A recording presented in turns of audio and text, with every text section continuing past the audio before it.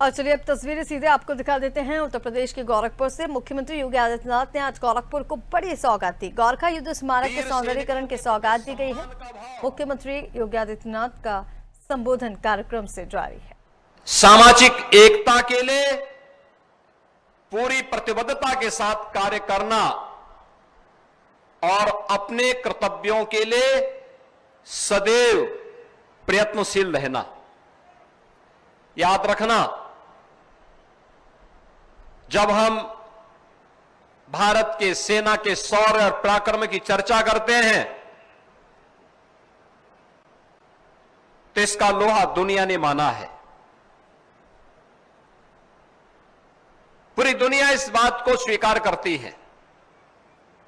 और उसमें भी जब हम गोरखा सैनिकों की बात करते हैं, जय महाकाली जय गोरखाली, इस स्लोगन के साथ, इस आह्वान के साथ जब इस शत्रु पर टूट पड़ते हैं तो शत्रु पीछे हटने के लिए मजबूर हो जाता है। 1816 में अंग्रेजों और गोरखा सैनिकों के बीच में युद्ध होता है। ब्रिटिशर सामना नहीं कर पाते और उनको संधि करने के लिए मजबूर होना पड़ा था। गोरखा सैनिकों के साथ उन्हें संधि करने के लिए मजबूर होना पड़ा था। और उसके उपरांत गोरखा सैनिकों के द्वार खुले थे ब्रिटिश आर्मी के लिए भी। उन्होंने उनके शौर्य को, उनके पराक्रम को समझा था, उनके बहादुरी के लिए मातृभूमि के प्रति उनके समर्पण के भाव को सम्मान दिया था।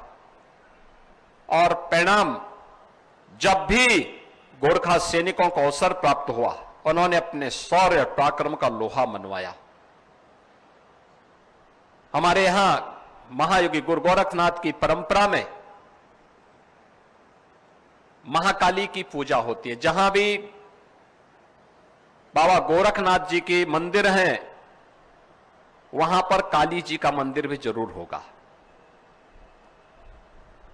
महाकाली से यानी शक्ति की पूजा, एक महाकाली शक्ति की प्रतीक है, महायोगी गोरखनाथ शिव के प्रतीक हैं। शिव और शक्ति का समन्वय, यही जीवन का रहस्य है और यही में जीवन है। और गोरखा से ज्यादा इसको कौन समझता होगा। उन्होंने समझा है और इस जीवन के इस रहस्य को मान करके कभी मौत की परवाह नहीं की, शत्रु पर टूट पड़े और जिससे भी लड़े वहां विजय श्री का वर्ण करके उन्होंने आगे बढ़कर के कार्य किया है। न केवल 1816 के ब्रिटिश गोरखा युद्ध के बाद ब्रिटिश सेना में, बल्कि स्वतंत्र भारत में भी गोरखा सैनिकों ने अलग अलग मोर्चे पर कार्य किया, अलग अलग मोर्चे पर कार्य किया, लगातार लड़े।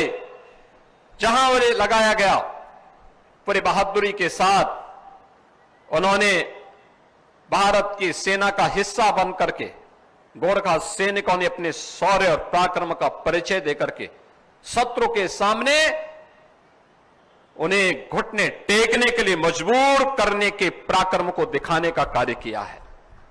और इसीलिए उन वीर सैनिकों का स्मारक एक भव्य रूप ले सके।